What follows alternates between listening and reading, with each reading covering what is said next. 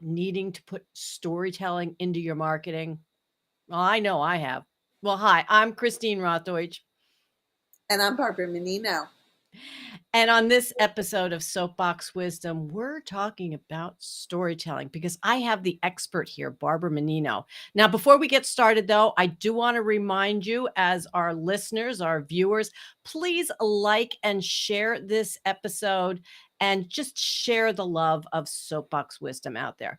So, Barbara, let's get started here. Storytelling, as I said, you're an expert because you've been a writer for, well, okay, I don't wanna make it sound like you're old. You're not old, Barbara, I know, but you've been doing it a long time. Good long time. And, okay, so what brought this up for me is that, of course, I subscribe to too many email lists. I get too many emails in my inbox, and I see a lot of people talking about storytelling and whether they're teaching it or having somebody else come in and teach it for them. There's a lot of opportunities out there. Let's first talk about why we need to even think about storytelling in marketing. It's crazy, isn't it? It just sounds like why. I would agree. And it's fascinating because as a journalist and a marketing writer for many years, as you've alluded to that, um, when I started in my own content business, during that period of time in the early years, story became a thing. So it seemed very natural that my tentacles were up to find out more about it. And I became a student of story. And now I am still a student of story, but I share my expertise and my love and belief in story with others because it makes a difference. Stories have a way of engaging people because they appeal to the emotion. Scientifically, oxytocin, dopamine, they are all generated in the brain when listening to a good story. And that means our emotions are evoked when listening to a good story. One that sets out to engage the emotions. And that makes a difference if you're trying to attract people to you and your business, or even as a corporate leader, if you're trying to enhance culture or bring about significant cultural change. So I guess that's what I've been lacking all these years because I come from the world of tech, all the online tools, and I always said, "Yeah, it's a rather dry subject." It's like it's hard to engage people when you're talking about facts and how-tos. So, I guess it's the story, and I guess that you can incorporate it in anything, I would imagine. You just have to be, adept at seeing how to do that. So, do you have people coming to you to like somebody like me? Do you have people coming to you to say, "Oh, Barbara, I need help in formulating story into my messaging"? Yeah, and I think that's the one of the biggest challenges. So people are hearing that story is important. They're feeling frustrated because they don't know how to do story. They don't know how to find stories. They don't know how to share stories. They don't know how to create stories. And it can become very intimidating for them, which is why I like to engagement engage them. One of the mantras of good writing is show, don't tell. And I am such a believer in story that as I talk about it, I actually do become emotional. I become very animated. And in a way, I am showing my students or clients what is involved in good storytelling and showing them why. I'm kind of proof pointing it because they become engaged. And if they step back, they can say, why am I engaged? Well, it's because she's exciting me with what she's saying. I'm relating to it. I see myself in some of the things that she's saying. See the problems she's talking about, the pain points. I see the aspirations. I want to know how to find and tell, make that show or share a good story. Is it possible, like, again, okay, using myself as an example, sorry, uh, saying, but I don't have any personal stuff that can be turned into something interesting or exciting. Are we always looking for something directly connected to ourselves, or are we looking just for things in life that we can kind of make a story out of it that relates to the point we're trying to make, if that makes sense? So it's both. It can be a story that you're in, it can be a story that someone else is in. If you're in it, the emphasis is not on you. It's not a woe is me tale. It's told in such a way that you're representing universal feelings. And that's how Mhm. you engage people. When you say to me, Barbara, there's not that much exciting in my life or things that I don't think there's a story to tell, I challenge you. I challenge many clients by saying, stories are all around you. You just have to be more curious. Be curious on steroids. Always looking, have your tentacles out. Because when you're looking for stories, you start finding alignments to things that you want to prove. For example, you probably have a point of view about the world or about life.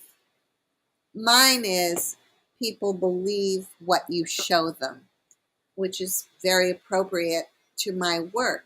Do you have a point of view uh, about life, business, the world? And I'm putting you on the spot. So, Yes, you you know, are putting me I have to process that. I'm a processor. okay. So, but just to give that an example, we all do. When you dig deep, you're going to figure out that you have a certain way that you look at the world, and that is intrinsic to the way you do business, to the services you offer. So, as you go about your day, whether it's life or business, if your curiosity is on steroids, you're seeing little things, you're seeing tidbits that happen. And as you think more deeply, you realize that there are points to be proven through that story, through that experience, through that event that just happened to you, and something you want to share with people. Mm. But it's an outlook. It's looking at life through the lens of story to begin with. So you're always on the hunt, if you will, for a story.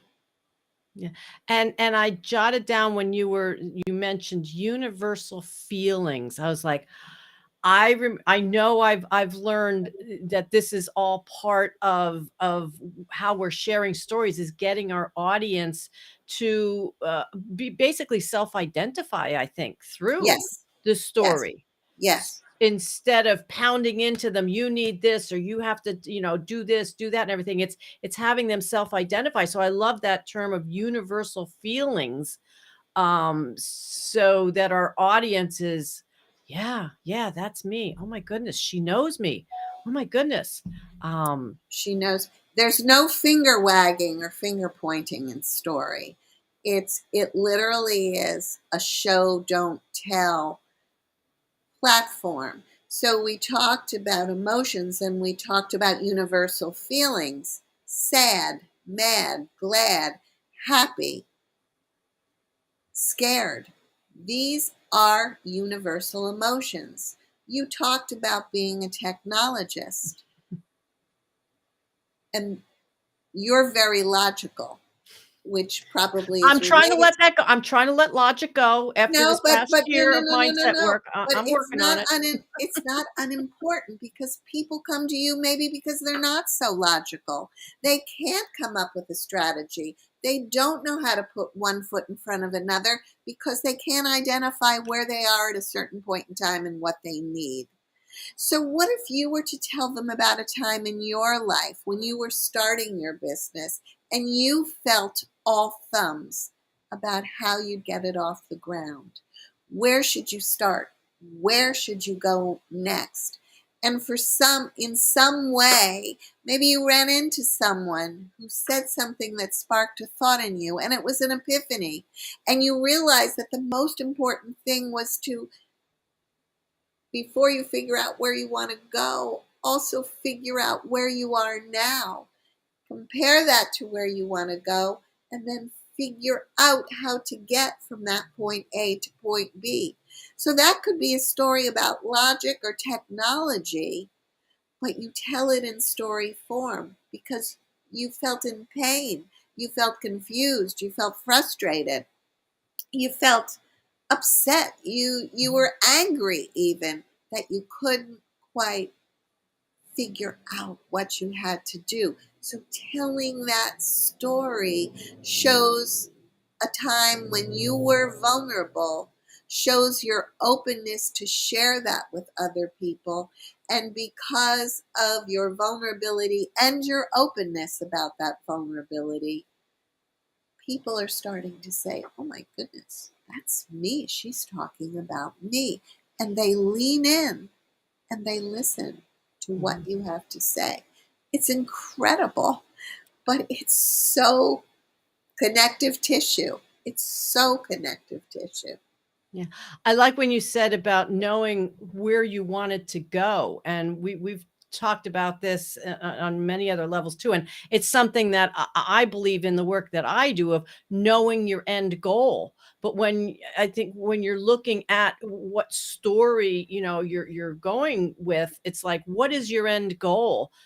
And like you had mentioned earlier, like working backwards from there. But I don't think many of us think that way. I think that way of working backwards. But I want our audience to take note of this big tip here of knowing. So I just mentioned curiosity to find your story. And in my mind, there are three pillars to story, with being curious being the first. The second one is being clear, and I'm going to circle back to that. And the third one is being captivating, and I'll get to that. But right now, we're talking about creating a story. Mhm. And we talked about figuring out what you want to prove through your story. What do you want people to get out of that story? Once you determine what the outcome that you want is, then you reverse engineer and you create a piece that includes only those essential elements that again get you from point A, where you start, to point Z, where you end up. And there's some interesting stuff in between, but it's all essential narrative that leads you to an end. That's what clarity is about. Okay, listeners, pay attention to that too. Essential elements, and this I've seen in coaching situations that I've been in, and people start telling their story, and they're adding in all these other pieces that don't add to the outcome. They're just dragging on. But that also comes up, just in when somebody gives a 30-second commercial, or, just introduce yourself, tell us a little bit about you. And they are adding in so many details and so many things that aren't needed. I'm encouraging our audience to think about this aspect in everything that they do of essential elements. What is essential to what it is you're saying at that moment? Uh, Do you know, I have a little story that's a personal story that proves a business point. Of course, I have many, but this is one of my favorites. And it was when I was at the beach with my family and my granddaughter, who at that time was 8, she's 10 now. And I walked up this huge hill to a parking lot that was so busy on this hot summer Friday. And as we were walking, she was kind of on the outside, closer to the traffic. And I said, Clementine, I'm going to put you on the inside and I'm going to hold your hand because I want to protect you. And there was a slight pause and she looked up at me and she said, Babby, you always protect me. Now, I grant you that was a be still my heart moment. But that said a lot of stuff beyond a grandmama and a granddaughter. It said something about business. Because Clementine, at 8 years old, had understood that I loved her, that I cared for her, and yes, that I would take good care of her and I would protect her. It's not something that I told her every time I saw her, I want to protect you. She assimilated that Mm. from my showing, from my actions. Well, my goodness, isn't it the same in business? We show people by being consistent with our service, the kind of service to which we will with which we will provide them. Mhm. So there's a story that proves the point of consistency and the fact that a story can be the window to the customer experience. It's a very simple short story. It's quite a lovely one. And whether you've been a grandparent, a parent, whether you're an aunt or uncle, whether you've had a kid in the neighborhood who looks up to you, you can understand that relationship and the feel good of that kind of a conversation. And you can then take it to a business point. Hmm. Yes. Oh, wow. You and your stories. Geez, Barbara. Well, because, and and it is, I've always told them yes.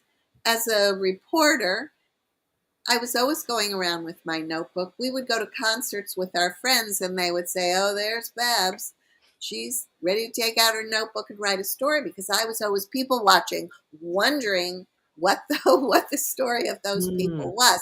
I've always had that bent, but I also have the bent to kind of elevate it. So it's more than the story, but it really, I project the feeling, which, by the way, is the third pillar, the be captivating. It is the way in which you present it that heightens the emotion. Now, obviously, if you're speaking, that's done with pregnant pauses, with speeding up your speech, with slowing it down, with moving back from a camera or leaning in close. But honestly, you can do that with writing as well by the Mhm. way you create and cadence your sentences. You can project the same kind of up and down flow of emotion, of exciting parts, less exciting parts, uh, in writing as well, Mhm. which makes writing interesting. So that's where the captivating piece comes in. And that all has to do with show, don't tell, because there's quite a bit of show in all that. Mhm. Now, I just want to take a minute, Barbara. As I said in the opening, I see a lot of different people talking about storytelling and holding events about storytelling, maybe even having programs about storytelling. What should our listeners be looking at if they're thinking of getting help work on their storytelling? Is there anything in particular that might tell them, oh, this is somebody who can really help me, versus somebody else who maybe is just jumping on the bandwagon? I'm just saying. So, yes, I said that I have created 3 pillars, and this is what I teach or how I mentor and guide people when I work with them. Be curious, be clear, be captivating. That's a Barbara Menino way of structuring a story. Nonetheless, those 3 points are important. So you would want to work with someone who certainly speaks to you about clarity. You would want to work with someone who suggests to you that you don't have to be so intimidated by the concept, but if you dig deep, if you look harder all around you, you can find them. And you want to be working with someone that suggests that the manner in which you present a story makes a difference to how it's received. I always say that for business owners in particular, but anyone who's trying to influence thought and behavior, when you tell your story with delight, when you are delighted by your own story, you will attract people, be they clients, be they employees, be they friends. You will attract them like a magnet to get the results you want. And in business, it is obviously to get more clients, to grow your business, to earn the money you deserve. So that captivating piece cannot be overlooked either. So you'd want somebody who talks to you about that. And you'd want someone who talks to you about the story, what I call the story arc, the up and downedness of a story. Typically, think of any of the fairy tales, think of children's books. They typically start with a problem or with an aspiration. And the main character, your client, your employee, is trying to solve their problem, get rid of their pain, or fulfill a goal that they want to achieve. And that isn't always easy. There's a lot of up and down, there's a lot of slipping and sliding. But along you, the storyteller, or the service provider, or the corporate leader comes along, and you suggest and you recommend a solution, and you begin to show them that you're the person that has that solution, that if they follow your lead, they will achieve the success that they want to achieve. And if they don't, they might not. They might fail.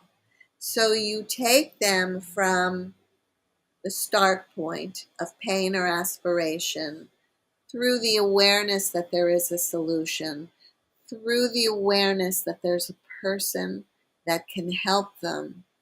And then when you talk about the success they'll achieve with the outcome, you give them a hint of what life will look like when they use your services or follow your lead or take your recommendation.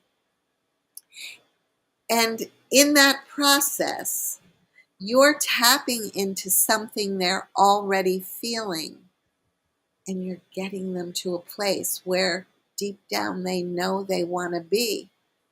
And that makes them lean in, want more, and take actions that will get them close or to the outcome that they want.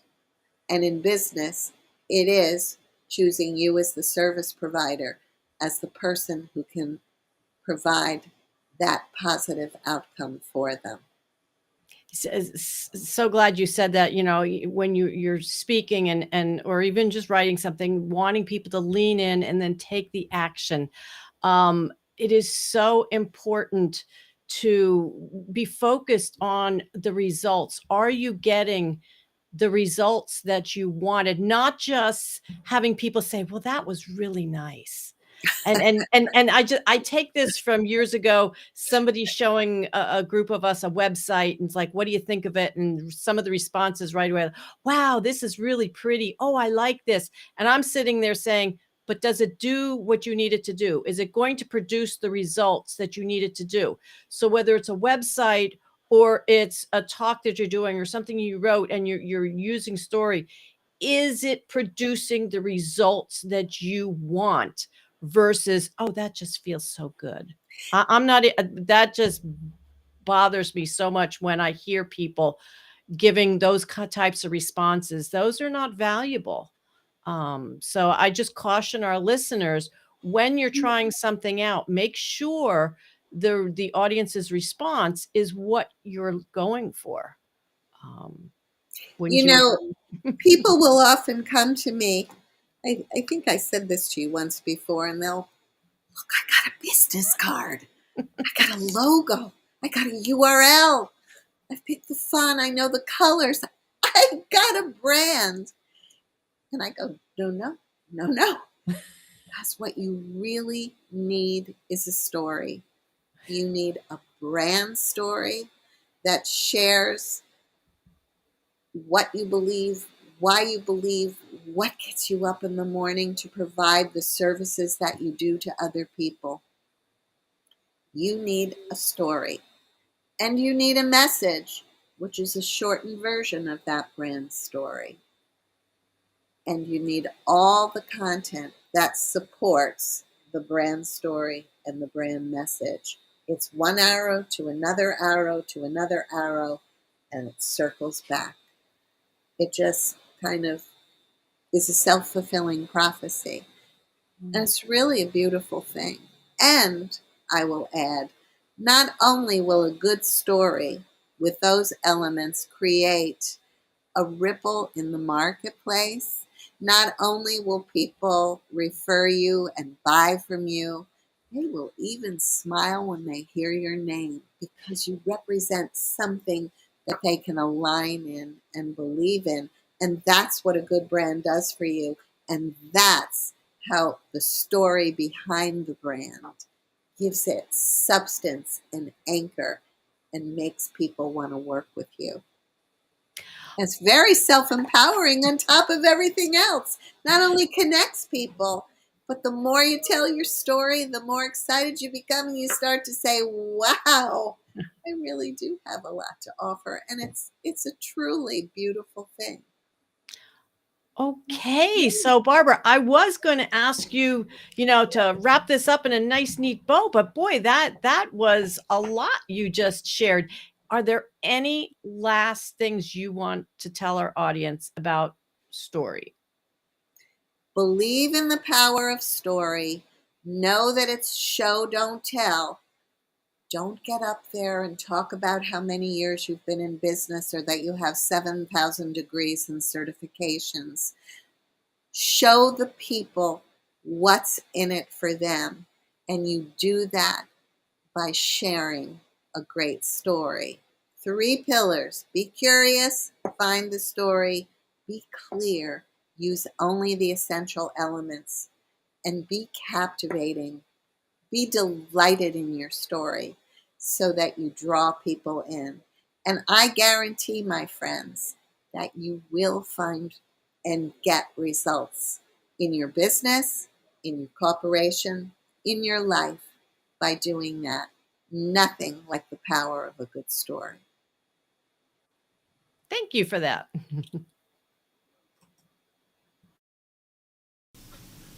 Soapbox Wisdom is hosted by brand messaging and storytelling consultant Barbara Menino and business and mindset coach Christine Rothdeutsch. You can find them online at Barbara